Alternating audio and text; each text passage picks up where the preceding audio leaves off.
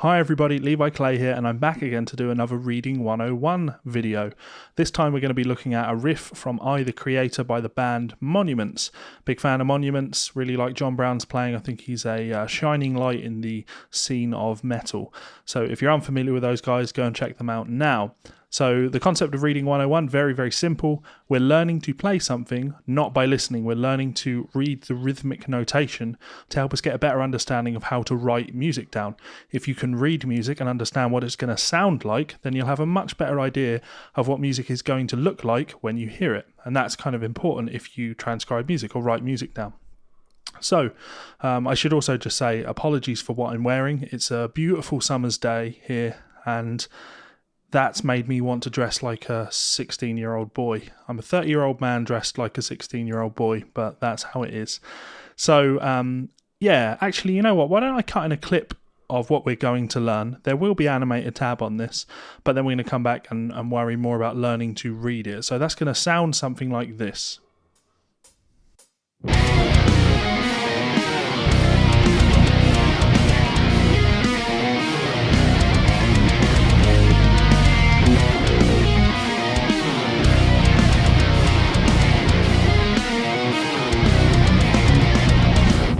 Okay, now let's learn to read it. So, I should point out the tuning of the guitar. This is played on a 7-string, and the guitar is tuned B flat, F, B flat, E flat, F, B flat, E flat.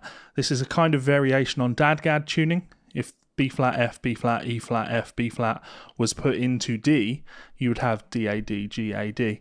Then there's an additional high string added. So you have this nice low string, B flat, and then you have F, B flat, E flat, F, B flat, E flat. There's that repeating set of strings. So that sounds like this.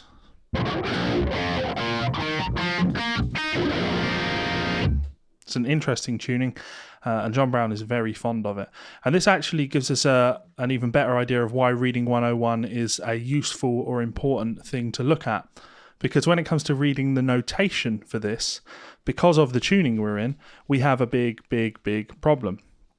I can see this first note. For some reason, the guitar pros decided to notate that as a C flat, which I guess makes sense to me because, yeah, B flat and then C flat. Anyway, theory aside, when I see the note C flat, I know where to play that note, but I don't know where to play that note when my guitar is tuned like this. So in this case, the tab is actually very helpful.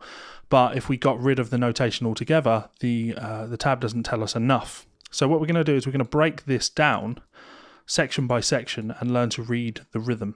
So if we just look at this first beat, and this is the way to process this stuff, this rhythm of a 16th note followed by an 8th note followed by a 16th note. If I have a count, da da da, da da da, da da da. So if I play the notes, we'd have 3, 4, ba ba ba, ba ba ba.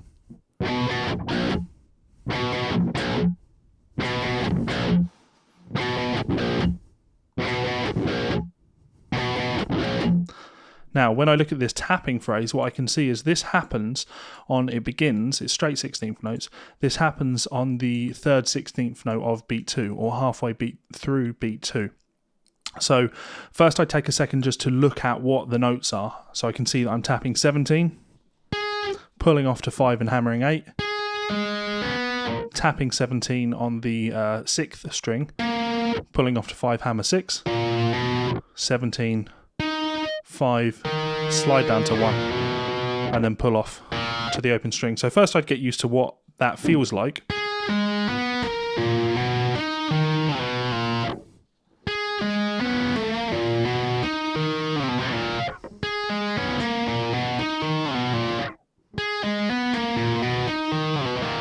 And then I'd spend some time getting used to where that fits in the bar. So coming after this 3, 4, this last note is actually held over for that first 8th note of beat 2. So if we deal with just these first 2 beats, we have 3, 4, da da da da da da da da da da da da da da da da da da. And that tells me where that tapping part comes in. It's those last 2 notes. 3, 4. Ba ba ba.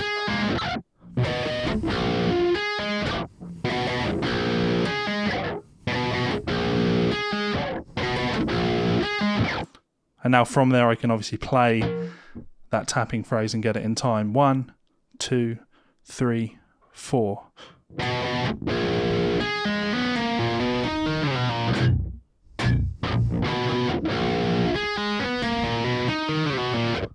Let me try and read or look at the screen while I'm doing that. So we'd have 1, 2, 3, 4, 1 E and 2 E and 3 E and 4 E and hard to vocalize that and play it at the same time, but rhythmically, hopefully you can understand what's happening there. Then when we move on to the next bar, not too crazy. Again, I might process the first 2 beats of this. Actually, why don't we just look at the first? So a dotted 8th note followed by a 16th note. So that would be da, da, da, da, da, da, da, da, 1, 2, 3, 4, 1, 2, 3, 4, da, da, da, da, da. And when I play that, 3, 4.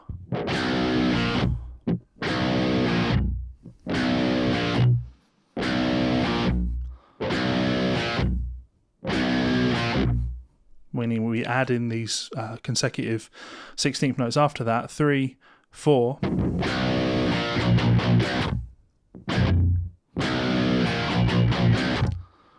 So 1, 2, 3, 4, 1, 2, 3, 4. Or 1 E and 2 E and 1 E and 2 E and again, hard to vocalize, but you get the idea. Now if I put that together up to that point, 1, 2, 3, 4. 3, 4.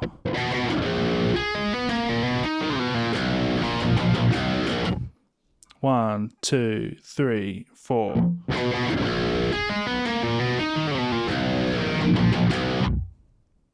Three, 4.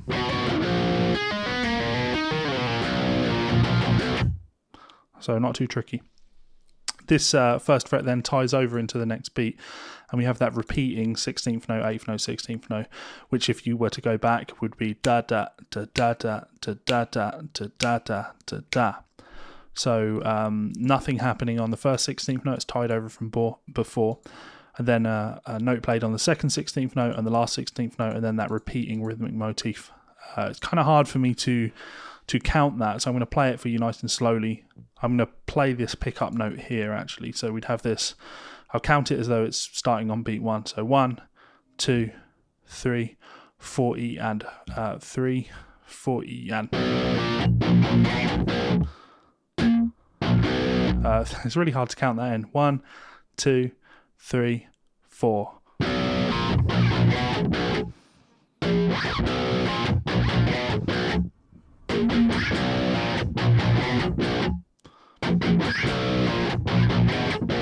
Now when I put that in context, it's a lot easier. I'll just play that bar. 3, 4. 2, 3, 4. So not too crazy. Now we have the same tapping pattern as before. Interesting observation though. Here it began on the second half of beat 2.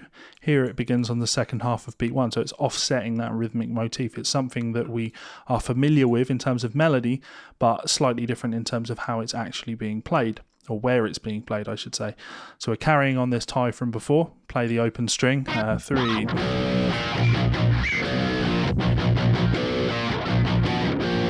That ties across the bar line. And then this begins on the third 16th note of beat 1. So that would be 1, 2, 3, 4. That's just me playing up to there. 3, 4.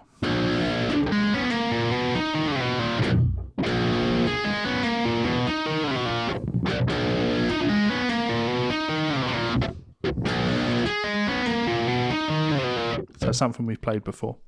We then add this tag on to the end of things. Now again, rhythmically, can you process this? An 8th note followed by 2 16th notes. Da da da da da da da da da da da da da da da da da da da. That's my pick.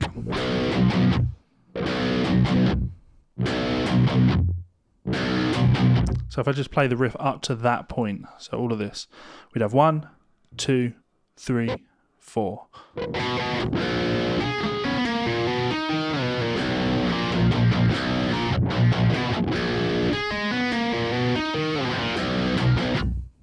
And a little bit faster. 1, 2, 3, 4.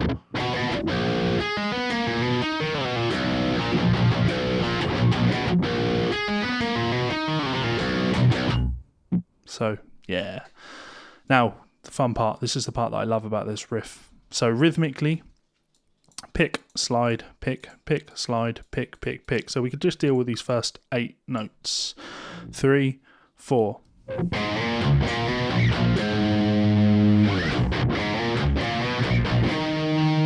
Wrong fret. 3, 4. Now this would all be downstrokes because it's John Browne.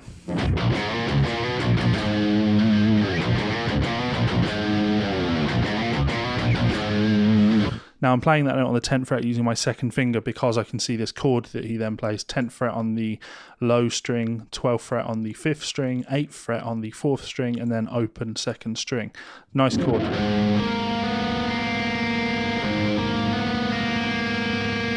And rhythmically, we have that again. If you really analyse this, what we have is no note being played on the first 16th note. Then we have a note being played on the second 16th note. There's a note not being played on the third 16th note. A note being played on the fourth 16th note. No note being played on the beat, the fourth beat, and then a note being played on the upbeat. So each of these notes are being played on the upbeat. So it's called syncopation. So you'd have 1, 2, 3, 4.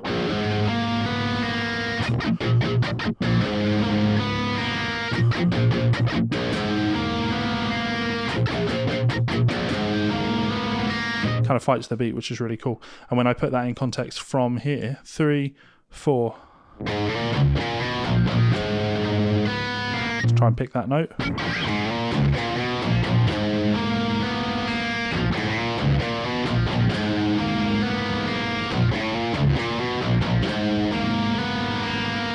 So very cool. Now if I play that all in context, let me move my face, make my face smaller so I'm not in the way. We would have 1, 2, 3, 4.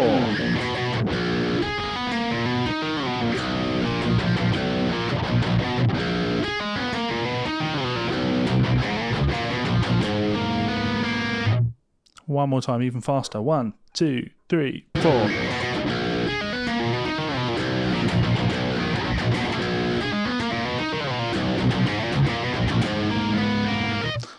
Pretty cool. Very cool, very cool. Super gent. Now, when I look through the rest of the riff, fortunately we have the same repeating motif for the first 3 bars, and then the final bar, make my face a bit bigger again. The final bar is kind of the same as this bar, but we don't jump up to that chord. So rhythmically pretty simple, same thing, 8 notes.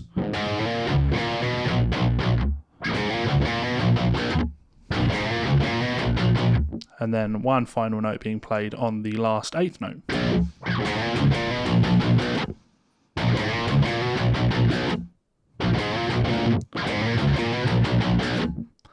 Cool, so that's the entire thing. Let me zoom out. Make me a bit smaller, zoom in a bit more. How do I get my face? There we go.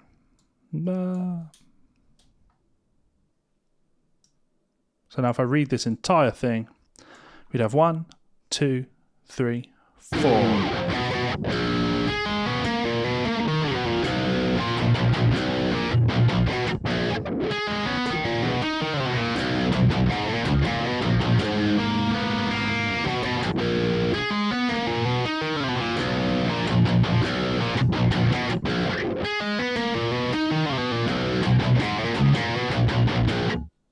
And there we have it. Very cool riff. Let me bring my face back up on screen. Now the goal here is of course to understand the rhythmic notation there. So I would recommend going back and listening to me playing that a few times and listening to it without listening so much. Pay a lot of attention to the notes in question all the time. Does what I'm hearing make sense with what I'm seeing? Can I really understand what's written down here? So yeah, let me just cut in the clips of me playing that. I've got 2 clips, one of me playing it to speed and then one of me playing it slightly slower in tempo, I think at 70 BPM. And then just for fun, why don't I cut in a backing track of that just so you can practice this yourself because it's a lot of fun. So that's going to sound like this.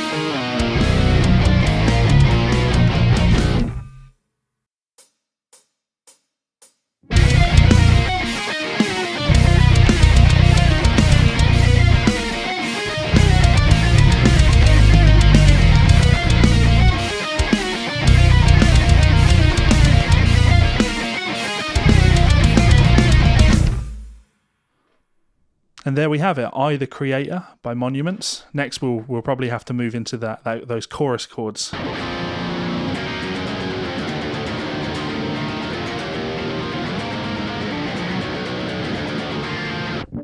which are way beyond my ability to play at a level that I think would be acceptable for a recording. But very cool chords. So who knows, maybe that will happen. If you want something like that to happen, or you have more requests, let me know in that comment section below. Lastly, and this is obviously the important one, a huge thank you to these people over here. These are my supporters on patreon.com.